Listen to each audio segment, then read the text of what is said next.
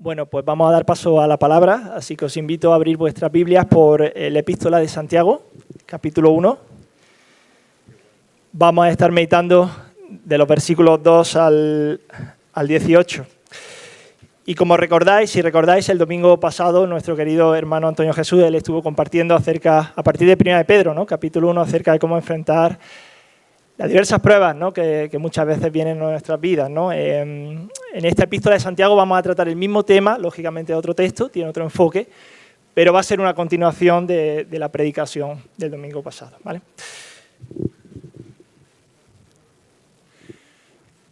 Dice así la palabra del Señor. Hermanos míos, tened por sumo gozo cuando os halléis en diversas pruebas, sabiendo que la prueba de vuestra fe produce paciencia. Mas tenga la paciencia su obra completa, para que seáis perfectos y cabales, sin que os falte cosa alguna. Y si alguno de vosotros tiene falta de sabiduría, pídala a Dios, el cual da a todos abundantemente y sin reproche, y le será dada. Pero pida con fe, no dudando nada, porque el que duda es semejante a la onda del mar, que es arrastrada por el viento y echada de una parte a otra. No piense, pues, quien tal haga, que recibirá cosa alguna del Señor. El hombre de doble ánimo es inconstante en todos sus caminos. El hermano que es de humilde condición, gloríese en su exaltación, pero el que es rico en su humillación. Porque él pasará como la flor de la hierba. Porque cuando sale el sol con calor abrasador, la hierba se seca, su flor se cae, y perece su hermosa apariencia. Así también se marchitará el rico en todas sus empresas. Bienaventurado el varón que soporta la tentación, porque cuando haya resistido la prueba, recibirá la corona de vida que Dios ha prometido a los que le aman. Cuando alguno es tentado, no diga que es tentado de parte de Dios, porque Dios no puede ser tentado por el mal, ni Él tienta a nadie, sino que cada uno es tentado cuando de su propia concupiscencia es atraído y seducido. Entonces la concupiscencia, después que ha concebido, da a luz el pecado, y el pecado, siendo consumado, da a luz la muerte. Amados hermanos míos, no erréis. Toda buena dádiva y todo don perfecto descienden de lo alto, del Padre de las luces, en el cual no hay mudanza ni sombra de variación. Él, de su voluntad, nos hizo nacer por la palabra de verdad, para que seamos primicias de sus criaturas. Vamos a comenzar orando y poniendo este tiempo delante de Él. Padre, venimos a escucharte, Señor, queremos escuchar tu voz, Señor, queremos escuchar tu palabra. Ese es mi deseo, te pido que me ayudes, Señor, que me ayude a compartirla, que me ayude a predicarla de manera fiel, Señor, bajo la dirección de tu Espíritu, Señor. Y te pido que a todos nosotros, Señor, nos des un corazón sensible a tu voz, Señor, que podamos recibirla, Señor, como palabra que viene de ti, Señor, y que ella pueda transformarnos, Señor, retarnos, desafiarnos, pero al mismo tiempo ayudarnos, Señor, en medio de las diferentes circunstancias que cada uno podemos estar atravesando, Señor. Así que te pido que tú puedas obrar en esta mañana, Señor, a partir de tu verdad. Te lo pido en el nombre de Jesús. Amén. Amén. Bueno, todos nosotros, no sé si estáis de acuerdo, pero todos nosotros, tanto vosotros como yo, sabemos por experiencia lo que es pasar por diversas pruebas, ¿no? Pruebas que quizá pueden estar ahora presentes en nuestra vida o pruebas que a lo mejor han pasado previamente, pero todos nosotros tenemos esa experiencia. Es una experiencia que todos tenemos. Y hemos de decir que nuestras vidas son realidades que son cambiantes, o sea, nuestra vida está en continuo cambio, es una realidad dinámica, no es una realidad estática, no es siempre igual, sino que cambia, que va cambiando en el tiempo. Y en medio de ellas, pues con frecuencia, con más frecuencia de las que nos gustaría, aparecen circunstancias que son adversas, ¿no? Circunstancias que vienen a ser una prueba para nuestra fe, una prueba para nuestra confianza en Dios. Las pruebas, aunque podamos pensar que son evitables, o que pueden ser evitables, o que podemos evitarlas, la realidad es que no lo son, que en última instancia que no lo son. Y cuando ellas llegan a nuestras vidas, lo que Dios desea enseñarnos a veces no es tanto a resolver la situación, a intentar buscar la solución, porque muchas veces no está en nosotros, sino lo que Dios quiere es enseñarnos a aprender a vivir en medio de ellas con fe. No sé si estáis de acuerdo. Enfrentar las diversas pruebas que podemos estar experimentando en nuestras vidas, es todo un desafío. Es un desafío para todos, es un desafío también para nosotros los creyentes. Pero su palabra es una guía que trae consuelo, que trae dirección, que trae sabiduría, ¿no? Para poder enfrentar las diversas pruebas de la manera adecuada y correcta, ¿no? Y a partir de este texto que tenemos en Santiago, capítulo 1, yo ya voy a decir lo que vamos a hacer. Aquí hay algunos consejos, algunas verdades bíblicas que el creyente puede aplicar cuando se encuentran las diversas pruebas que aparecen en su vida, ¿no? Y os voy a dar ya el bosquejo, vamos a estar hablando versículos del 2 al 4, recuerda su propósito, vamos a estar hablando del propósito que esas pruebas tienen en nuestras vidas cuando ellas llegan. Versículos de 5 al 8, vamos a estar meditando sobre la necesidad de tener sabiduría. Necesitamos sabiduría para poder enfrentar las diversas pruebas. Versículos del 9 al 11, vamos a hablar sobre la necesidad de aplicar el Evangelio delante de la realidad temporal y finita en la que vivimos, pero cómo tenemos que establecer nuestro valor en un lugar mucho más alto. Y versículos del 12 al 18 vamos a estar meditando en la necesidad de soportar la tentación, de resistir el pecado, de hacer guerra, ¿vale? Yo creo que estas son 4 consejos bíblicos, 4 herramientas que la palabra nos provee para poder enfrentar las diversas pruebas que tenemos que enfrentar en nuestra vida de una manera correcta, ¿no? Como Dios quiere que lo hagamos, ¿no? Versículos del 2 al 4, ¿no? Santiago, inmediatamente después de dar el saludo de la epístola, ¿no? Estamos en una carta, él lo que hace es llamar a los hermanos a experimentar un gran gozo en medio de las diversas pruebas por las que podamos estar pasando. El contexto de esta epístola es que Santiago le está escribiendo a los hermanos que habían huido de las primeras persecuciones que había habido en esa iglesia primitiva en Jerusalén. ¿Os acordáis esas olas de persecución? Aquellos hermanos habían tenido que salir de Jerusalén, estaban sufriendo. Muchos de ellos a lo mejor habrían padecido sufrimientos físicos, habrían perdido a personas queridas, familiares, habían dejado atrás una vida, habían perdido hogares, trabajos. Él está escribiendo a estos primeros hermanos de esta iglesia primitiva, ¿no? Para aconsejarles en medio del sufrimiento. Para nuestras mentes, muchas veces la palabra gozo o alegría y el sufrimiento que acompaña a las pruebas son realidades muy distantes, ¿no? Muy alejadas, ¿no? Son casi opuestas, ¿no? Y hasta nos parece que son incompatibles. Ambas realidades parecen que no pudieran estar juntas. Nuestra experiencia desde pequeños, ¿no? Es que realmente nosotros experimentamos alegría, experimentamos gozo en ausencia de sufrimiento. Cuando no sufrimos, y experimentamos también que cuando sufrimos no sentimos especialmente alegría, ¿no? Sin embargo, aquí Santiago quiere mostrar que el gozo y el sufrimiento son 2 realidades que pueden estar juntas, que son compatibles entre sí. Pero él va a decir más todavía. Ese tened se traduce, mejor dicho, como considerad. Considerad que el sufrimiento que acompaña a las diversas pruebas que podéis experimentar en vuestra vida es una oportunidad para promover en vosotros gozo, un gran gozo, ¿no? Y yo sé que aquí alguno puede estar diciendo, espera, ¿cómo puedes conectar el gozo con el sufrimiento? ¿Qué se me está ¿Qué no veo? ¿Qué no estoy viendo para conectar ambas realidades? ¿Cómo puede ser posible? Pues Santiago en el versículo 3 nos da la clave. Dice, sabiendo qué tengo que saber, qué tengo que saber para experimentar gozo en medio del sufrimiento, sabiendo que la prueba de vuestra fe produce paciencia. Y esta palabra en la Reina Valera sería mejor traducida como perseverancia, ¿vale? ¿Okay? Como constancia.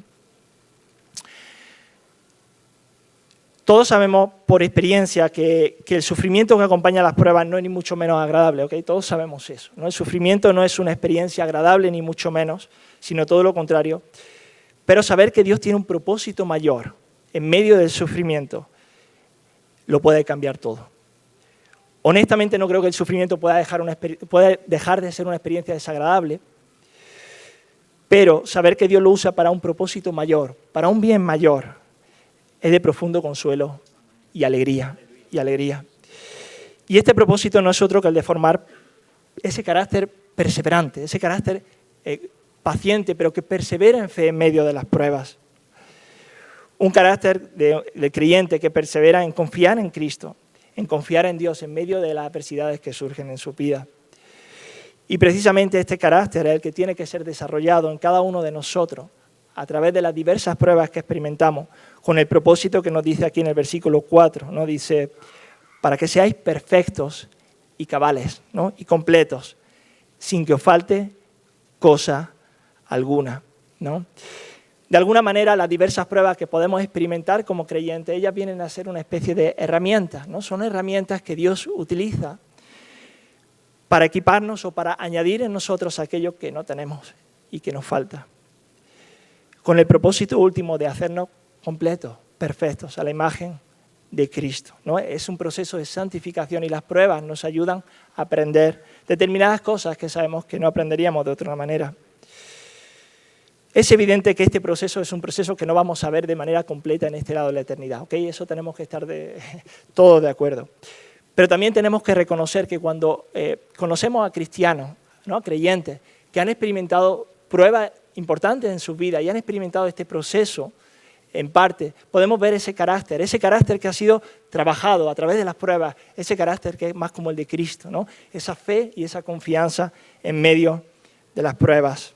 Nosotros mismos debemos de reconocer que hay determinadas realidades, determinadas verdades que no podemos conocer si no es a través de las pruebas que experimentamos en nuestra vida. Tener presente este propósito es imprescindible. Yo creo que es algo imprescindible tener esto en la mente, tener este pensamiento, este conocimiento, para poder enfrentar las diferentes pruebas con fortaleza, con esperanza y con gozo, ¿no? Todos sabemos que cuando estamos en medio del fuego de la prueba, el pecado nos lleva al desánimo, a la apatía espiritual, eso es todo lo contrario, pero tener presente que Dios quiere usar eso que podemos estar viviendo, que sí tiene una medida de sufrimiento, Dios quiere usar eso con un propósito mayor, que es el de santificarnos. Es verdad que esta es una realidad que tenemos que recordar siempre, que tenemos que tener siempre presente, pero especialmente cuando estamos en medio de las pruebas. En Romanos 8:28 el apóstol Pablo nos recuerda que todas las cosas ayudan a bien a los que aman a Dios, ¿no? Que todas las cosas ayudan a bien a los que aman a Dios. Santiago nos está diciendo básicamente lo mismo, pero con otras palabras, que en medio de las pruebas todo eso ayuda a la santificación del creyente, ¿no? Entonces este sería el primer punto, recordar que Dios tiene un propósito mayor por medio de las pruebas, ¿no? Que realmente transformarnos y asemejarnos a la imagen de Cristo, ¿no? Sin embargo, todos sabemos por experiencia que atravesar las diversas pruebas que tenemos que enfrentar en nuestra vida no es fácil, no es sencillo, no es nada sencillo. Ver estos propósitos es una cuestión de fe y muchas veces nuestras decisiones, cuando estamos en esos momentos, son torcidas, son erróneas, cuando nuestra fe está siendo probada. Necesitamos sabiduría, ¿no? Y aquí Santiago, él justo después, en el versículo 5, va a comenzar dando por hecho que necesitamos sabiduría, ¿no? Él dice, y si alguno de vosotros tiene falta de sabiduría, pídala a Dios, ¿no? Él básicamente está asumiendo que necesitamos sabiduría para enfrentar las diversas pruebas de manera adecuada. Y si no la tenemos, lo que tenemos que hacer es buscarla, hallarla, ¿no? Pedírsela a Dios, ¿no? Pero este término de sabiduría es un término que a veces nos cuesta trabajo entender, ¿no? Y quería un poco intentar dar una pincelada, una definición para que podamos entender qué es a lo que Santiago se está refiriendo aquí. La sabiduría no es conocimiento, la sabiduría no es lo mismo que conocimiento. Podríamos definir el conocimiento como ese proceso en el cual uno retiene información, asimila, acumula información, es capaz de llegar a comprenderla, pero la sabiduría implica esa medida de conocimiento, pero es un conocimiento que se aplica necesariamente de manera adecuada a cada decisión que tomo en mi vida diaria. Creo que todos nosotros a lo mejor en algún momento hemos llegado a conocer a personas que hemos llegado a considerar como personas muy inteligentes, personas que eran capaces de acumular una gran cantidad de conocimiento, ¿no? En diversas áreas, pero que después hemos visto que eran enormemente torpes a la hora de tomar decisiones básicas en cuanto a su vida diaria. No sé si tiene alguien en mente o a lo mejor te has visto reflejado a ti, no te preocupes, nosotros también tenemos ese peligro como creyentes.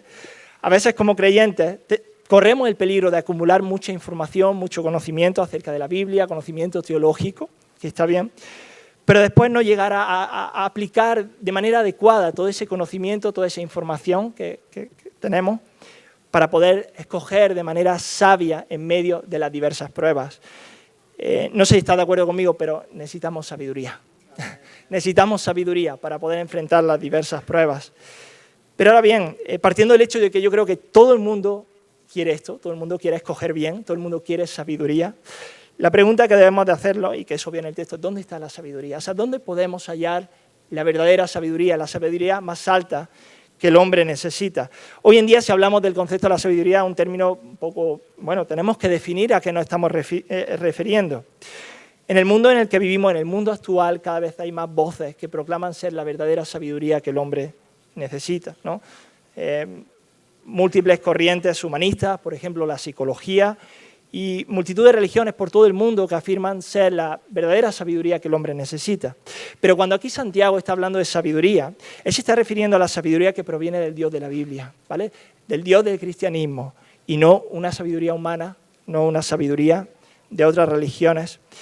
Y Santiago nos hace el llamado de buscar esa sabiduría en Dios, o sea, directamente en Dios, ¿no? Por medio de la oración, pedírsela a Dios.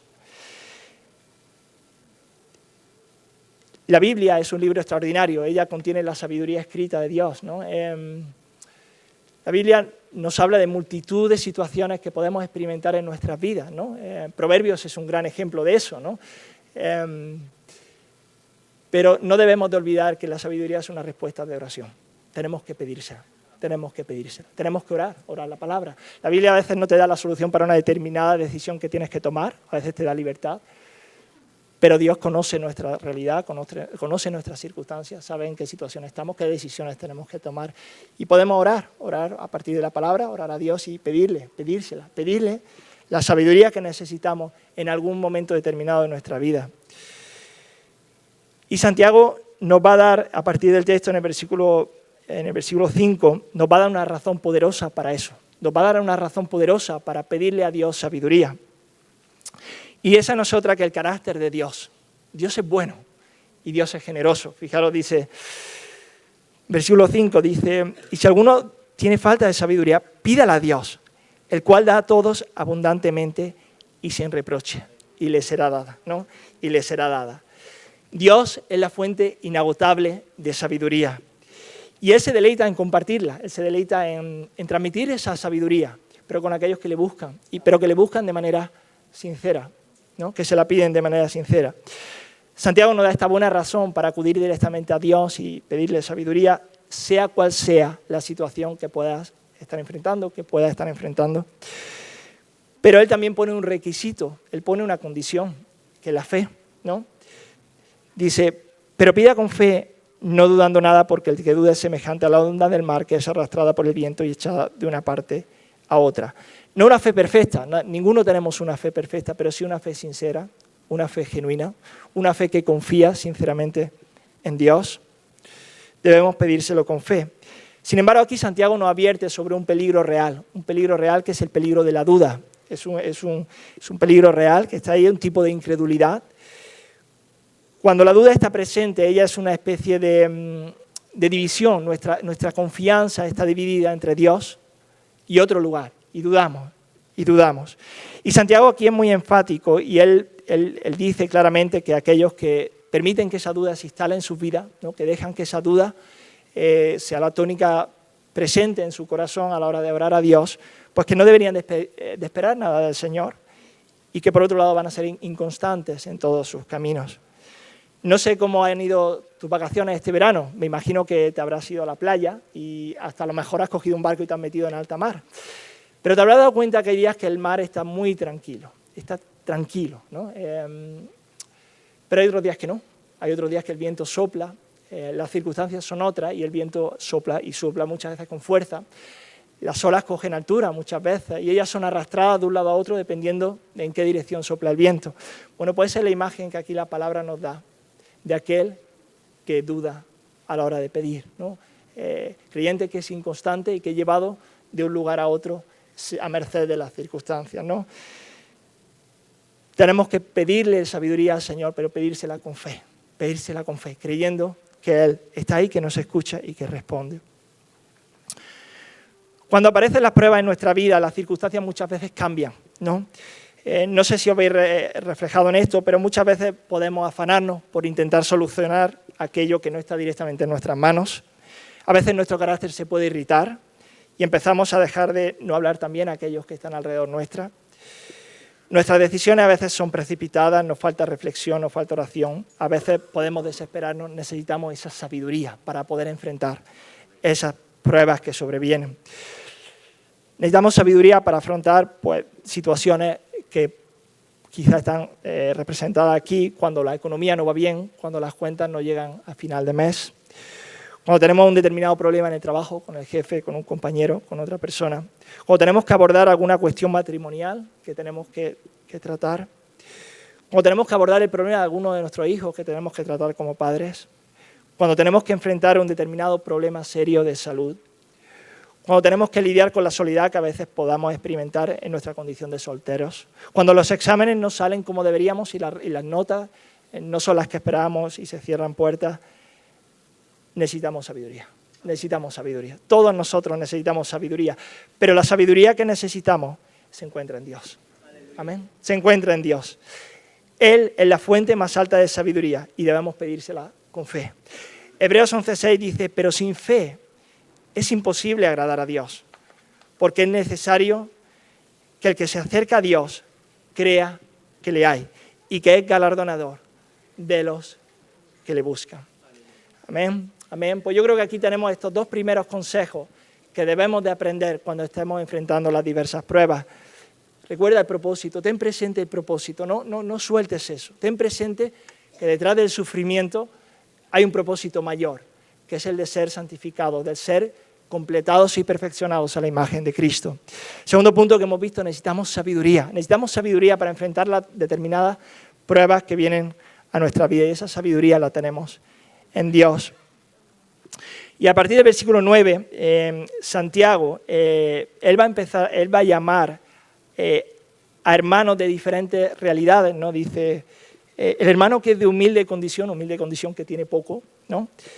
Gloríese en su exaltación, pero el que es rico en su humillación, ¿no? Porque él pasará como la flor de la hierba, ¿no? Esta palabra, gloriarse, implica sinónimos, serían enorgullecerse, jactarse, ¿no? Es el lugar donde ponemos nuestra deleite, nuestro placer, aquello que nos da deleite y placer, pero también aquello que determina el valor de nuestras vidas, ¿no? Y Santiago aquí está llamando a hermanos de diferente condición a establecer su gloria, su valor, su jactancia en situaciones que no son terrenales, que no son de este mundo. El hombre, a causa del pecado, él tiende a establecer esta gloria, ¿no? Este valor en elementos terrenales que están debajo del sol. Tendemos pues a sentirnos débiles y avergonzados cuando hay poco, cuando hay escasez, pero en cambio a sentirnos fuertes y orgullosos cuando hay abundancia. Y sé que el texto está hablando en términos materialistas, en términos de bienes materiales, pero sé que esto es intercambiable por cualquier objeto, por cualquier cosa en donde establezcamos ahí nuestro valor y nuestra identidad, ¿no? Podemos hablar de la belleza, del desarrollo profesional, la familia, la salud, el ministerio, cualquier cosa. Ahí puedes poner cualquier cosa. Realidades, todas ellas temporales, que al final pasarán. Santiago, delante de la realidad finita y temporal en el mundo en el que vivimos y delante de la eternidad, él nos llama a aplicar el Evangelio. Nos llama a recordar que independientemente de nuestra condición, hemos sido amados por Dios, escogidos por Él, ¿no? Y Él nos ama y ahí está nuestro valor, ahí está nuestra gloria, ahí está hemos sido aceptados por Dios a partir de la obra de Cristo, ¿no? A partir de lo que Él ha hecho por nosotros, ¿no? Y Él nos llama a aplicar el Evangelio delante de esta realidad. Fijaros, todos los días sabéis que tengo que ir al trabajo y tengo que hacer bastantes kilómetros, ¿no? La carretera es la que ayer muchos de vosotros hicisteis para ir a recoger a vuestro hijo. Y la mayoría del camino hay olivos, ¿no? Pero hay una parte antes de Alcalá que hay un pasto, Y no os podéis imaginar, en primavera el pasto está verde, pero como un verde intenso. Yo a veces me sorprendo, digo, esto no parece el sur de España. Y tiene un montón de flores rojas, tan bellas, tan bonitas, pero yo paso por ahí de lunes a viernes todos los días, pero conforme va pasando el tiempo, te das cuenta, se acerca el verano, llega el calor, y ese verdor de ese pasto se va perdiendo, cada vez se va poniendo más amarillo, esas flores se van marchitando y van perdiendo su belleza. Y ayer volví a pasar y aquello estaba seco, pero seco, seco, pero seco. Bueno, esa es la realidad del hombre y todos los bienes que él pueda almacenar y conseguir en su vida, ¿no? Son cosas temporales, al final todo eso va a pasar. Pero delante de esa realidad, Santiago nos llama a establecer nuestra gloria, ¿no? Nuestra identidad, nuestro valor en la obra de Cristo por nosotros, ¿no? Que hemos sido escogidos, que hemos sido amados, que Él ha cumplido la ley por nosotros, ha obedecido de una manera perfecta, completa, ¿no? Algo que nosotros no podemos hacer a causa de nuestro pecado, y Él fue a la cruz a morir por nosotros, ¿no? Recibiendo el castigo por nuestros pecados, y por medio de esa obra aplicada a nosotros, ¿no? Hoy nosotros podemos tener comunión con Dios. Ese mensaje tan poderoso en donde podemos establecer nuestra gloria, donde nos podemos gloriar, ¿no? Y Santiago nos llama a hacer eso en medio, por supuesto, de las diversas pruebas que podamos estar atravesando. Es interesante porque cuando en nuestras vidas llegan las pruebas, generalmente no experimentamos la abundancia, experimentamos las pérdidas, ¿no? Hay escasez, ¿no? Hay escasez económica, escasez de salud, ¿no? Eso es lo general. Y muchas veces ellas nos demuestran que nuestro corazón muchas veces puede estar más apegado a este mundo de lo que pensamos o de lo que nos gustaría, pero delante de esta realidad tenemos que aplicar el Evangelio, tenemos que tomar el mensaje del Evangelio y aplicarlo, ¿no? Y buscar al Señor con todas nuestras fuerzas, porque en Él está nuestro valor, nuestra gloria. Por otro lado, la abundancia y las riquezas materiales tienen el peligro de hacernos olvidar la finitud de esta realidad, ¿no? Y la necesidad de establecer nuestro valor fuera de ellas. Al final, todo lo que hay aquí debajo del sol, todo eso pasará. Pero la obra de Cristo a nuestro favor, eso no pasa. El apóstol Pablo en Filipenses 4, versículo 12, él declara que él había aprendido estas realidades, ¿no? Él dice, sé vivir humildemente. Y está hablando en términos materiales, ¿no? Pero dice, sé vivir humildemente y sé tener abundancia. Dice, en todo y por todo estoy enseñado. Así para estar saciado como para tener hambre, así para tener abundancia como para padecer necesidad, ¿no? Él realmente había aprendido a vivir en abundancia y también en escasez, cuando había mucho y cuando había poco. ¿Por qué? Bueno, como él mismo dice, porque para él el vivir es Cristo y el morir es ganancia. Esa es la idea, ¿no? Santiago nos está llamando a establecer nuestra identidad y nuestro valor en Cristo y en su obra a nuestro favor, ¿no? Muy bien, ese era el tercer punto. Necesitamos aplicar el Evangelio. Tenemos que recordar las buenas nuevas de que Cristo vino, cumplió la ley en nuestro lugar y murió por nuestros pecados. Y ahí está nuestro valor, ahí está nuestra gloria, nuestra jactancia. Y por último, y no por ello menos importante, sino todo lo contrario, debemos resistir el pecado, ¿no? En cuarto lugar, tenemos que soportar la tentación. Santiago es consciente de que cuando las pruebas vienen a nuestras vidas, en un determinado momento experimentamos, no sé cómo llamarlo, un impulso, no sé, hay una palabra, un impulso que nos incita, que promueve la práctica del pecado en nuestras vidas, ¿no? Es lo que se conoce como la tentación. Pero Santiago lo que él quiere dejar muy claro es que eso no proviene de Dios. Eso no proviene de Dios. Él dice, cuando alguno es tentado, no diga que es tentado de parte de Dios, porque Dios no puede ser tentado por el mal, ni Él tienta a nadie. Cuando estamos en medio de diversas pruebas, no sé si habéis tenido esa experiencia, muchas veces nuestra capacidad para discernir dónde está el verdadero problema se puede ver alterado. Y podemos, en algunos casos, podemos llegar al error de pensar que la culpa es de Dios, que el problema es de Dios. Sí, yo estoy pecando, pero tú eres el culpable, porque tú me has puesto en esta situación. Y eso es un error muy frecuente, ¿no? Pero aquí Santiago quiere ser enfático. Dios no tienta a nadie. Pero Santiago no solamente no quiere dejar claro que la tentación no proviene de Dios, sino todo lo contrario, ¿no? Versículos 17 al 18, aquí nos dice que todo lo que es bueno, todo lo que es perfecto, lo recibimos de parte de Él, que en Él no hay cambio, que Dios sigue siendo un Dios bueno, Él es bondadoso, al mismo tiempo es un Dios santo, es un Dios justo, pero es un Dios bueno, ¿no? Que tiene propósitos de bien para el hombre. y que nos ha hecho nacer de nuevo para ser nuevas criaturas por medio de su palabra. Amén. Y Santiago, él enfatiza esta verdad. Amados hermanos míos, dice, no erréis, ¿no? La Nueva Traducción Viviente traduce como, no dejéis engañar. El problema no está en Dios, no está en Dios. Dios no es el culpable de nuestras miserias. Al principio del mensaje ya hemos estado meditando en el hecho de que Dios utiliza las pruebas, ¿no? Dirige las pruebas, pero con un buen propósito para nosotros, ¿no? Que es el de realmente santificarnos, completarnos, añadir en nosotros aquello que nos falta para que seamos perfectos. Pero Dios no usa las pruebas para molestarnos, para fastidiarnos, para hacernos sufrir, ni mucho menos para que caigamos en la práctica del pecado, ¿no? Santiago dice, amados hermanos míos, no erréis, no erréis. Entonces nos tenemos que preguntar, ¿de dónde viene eso? O sea, ¿de dónde viene eso que se levanta en mí cuando estoy en medio de una determinada prueba que estoy experimentando? Ese impulso que se levanta en mí y que me incita, que me invita, que me inclina a la práctica del pecado. Bueno, pues él lo dice claramente, dice, sino que cada uno es tentado cuando de su propia concupiscencia es atraído y seducido.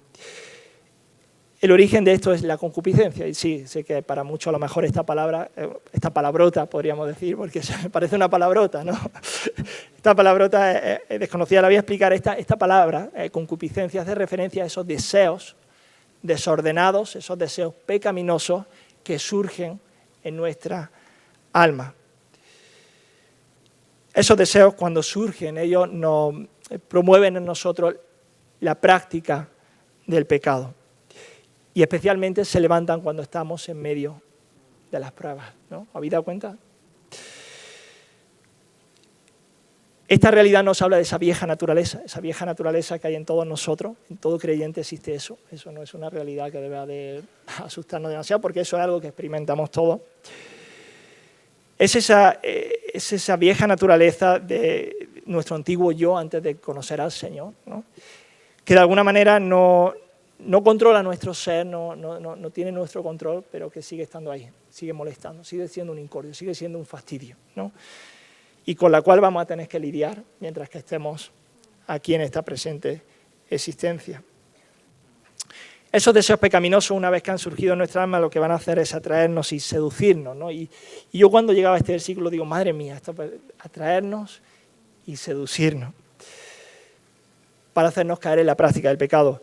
No sé si te suena esta voz, sé que el diablo está ahí, ¿ok? Sé que el diablo también está ahí, pero esa voz que aparece a veces cuando estamos siendo probados y que nos dice, hey, no pasa nada por una vez más. Por una vez no pasa nada. No te va a ver nadie. No sé, estás solo, no te ve nadie.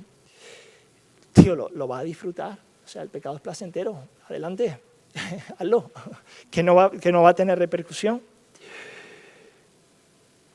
Dios es un aguafiesta. Dios lo que quiere es privarte de aquello que es mejor, que te produce más deleite. No te preocupes, Dios es bueno, Dios te va a perdonar, ¿no? Dios te va a perdonar, no te preocupes. Siempre, todos pecamos, ¿no? En definitiva, todos pecamos. ¿Habéis escuchado esa voz cuando está ahí en medio de las pruebas? Bueno, pues aquí está, eso. Nuestra vieja naturaleza, la concupiscencia. Ella intenta de alguna manera atraernos, seducirnos, engañarnos, ¿no? Como dice, para que caigamos en la práctica del pecado, ¿no? Cuando esto sucede, pues da lugar a la práctica del pecado. Pero el problema es que el pecado, cuando se convierte en algo constante en nuestra vida, cuando caemos en la práctica habitual del pecado, el pecado conduce a la muerte. El pecado conduce a la muerte. Y obviamente sabemos que el pecado es autodestructivo. El pecado tiene la capacidad de destruir nuestras vidas, tomar decisiones completamente desastrosas en nuestras vidas, incluso conducirnos a una muerte literalmente física, pero aquí se está refiriendo a una realidad espiritual. Esta muerte de la cual está hablando es una separación de Dios. Es una separación de Dios, en la cual no hay comunión con Dios, la persona se aleja definitivamente de Él, ¿no? Se aleja de la iglesia, se aleja de todo. Es una realidad que está aquí presente en este mundo, pero es una realidad que trasciende también a la eternidad, ¿no? Y la persona se queda sin Dios, ¿no? Lejos de Dios, ¿no?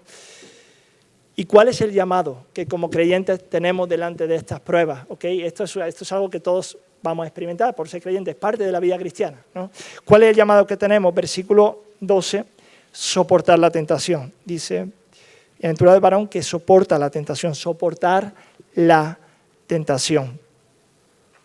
Este soportar implica un resistir, a no dejar que esos deseos que aparecen en nuestro corazón, en nuestra alma, se traduzcan en la práctica del pecado, ¿no?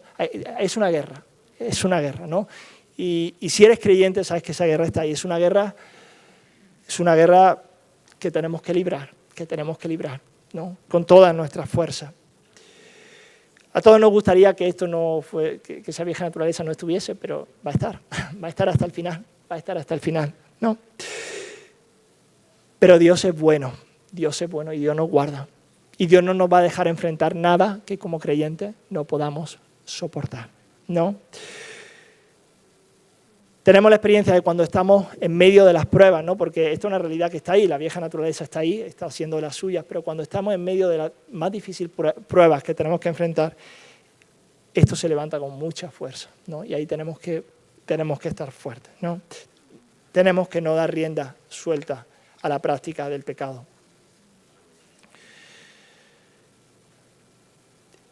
En un sentido, como he dicho, no debería esto de asustarnos, esos deseos, ¿no? Las tentaciones son parte de la vida cristiana, pero sí tenemos que hacer guerra y tenemos que hacer guerra con todas nuestras fuerzas. ¿Por qué? Porque el destino de nuestras almas está en juego. Romanos 6:12 dice, no reine pues el pecado en vuestro cuerpo mortal, de modo que lo obedezcáis en sus concupiscencias. Ni tampoco presentéis vuestros miembros al pecado como instrumento de iniquidad, sino presentaos vosotros mismos a Dios como vivos de entre los muertos y vuestros miembros a Dios como instrumentos de justicia, ¿no? Ahí está. 4 consejos, resumiendo, 4 consejos que tenemos que aprender para poder enfrentar las pruebas con vigor, con fuerza, con gozo y con esperanza. La primera, hemos dicho, tenemos que recordar que hay un propósito detrás de ello, hay un propósito mayor, ¿no? Que el mero sufrimiento, que es el de hacernos a la imagen de Cristo. Necesitamos sabiduría porque las pruebas son diversas, ¿no? Hay pruebas, de todo tipo, ¿no? Y necesitamos sabiduría para poder enfrentarlas, pero esa sabiduría la tenemos en Dios, y podemos pedírsela en fe. En tercer lugar, necesitamos aplicar el Evangelio, recordar el Evangelio, sea cual sea nuestra situación, sea cual sea lo que estemos experimentando, de dónde hayamos salido. Tenemos que recordar que nuestra identidad, nuestro valor está en Él y en lo que Él ha hecho por nosotros. Y en último lugar, tenemos que recordar que las pruebas van acompañadas de las tentaciones y tenemos que soportar, tenemos que resistir a esa vieja naturaleza que está ahí y que intenta arrastrarnos a la práctica del pecado. Quiero terminar con una pregunta, bueno, ¿y todo esto para qué? O sea, ¿merece la pena librar esta batalla? Bueno, Santiago en el versículo 12 nos dice, lo voy a leer en la Nueva Traducción Viviente, dice, Dios bendice a los que soportan con paciencia las pruebas y las tentaciones, porque después de superarlas recibirá la corona de vida que Dios ha prometido a quienes lo aman. Dios nos ha prometido el mayor de los premios, la corona de vida, ¿no? Esa corona de vida no es otra cosa que pasar toda una eternidad con Cristo, disfrutando de esa dulce compañía donde no va a haber sufrimiento, donde no va a haber enfermedad, donde no va a haber, lo único que va a haber gozo, alegría por toda la eternidad, ¿no? Así que, por supuesto que merece la pena librar esa batalla, ¿vale? Así que vamos a terminar orando y pidiéndole al Señor que estos consejos que han sido muy prácticos, que espero que podamos ponerlos en práctica cuando el fuego de la prueba apriete. Señor, gracias por tu palabra, Señor, gracias porque tu palabra ella es la verdad que necesitamos, Señor. Dios mío, somos conscientes de la realidad del mundo en el que vivimos, las pruebas que vienen a nuestras vidas, Señor, y queremos coger vigor espiritual en ti, en tu palabra, Señor, sabiendo que estas verdades, cuando son aplicadas de manera adecuada, Señor, tú traes bendición, traes alegría y traes poder para mantenernos en fe, Señor, en medio de cualquier circunstancia, Señor. Te pido que tú apliques esto a nuestras vidas, Señor, de aquí en adelante, esta semana, este tiempo que está por delante, Señor, y que nos ayude a poner nuestros ojos en esa corona de vida, Señor, que tú has prometido para aquellos que te aman, Señor. Te damos las gracias, Señor, y te pedimos que sigas obrando en medio de todos nosotros. Amén.